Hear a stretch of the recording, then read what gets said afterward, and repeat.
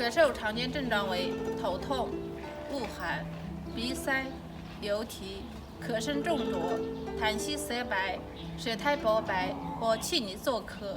咳嗽时引发两胁疼痛、痰少口干、面红耳赤、心情烦躁、舌苔黄耳干。春秋季节多常见。虎口后拇指或食指骨骼连接点一针，肺经或心包经指尖从腕骨向上3寸一针，上2寸一针，再上2寸一针。掌心食指和中指第一指根之间偏向食指1分一针。想了解更多养生知识，敬请关注9轩小正念。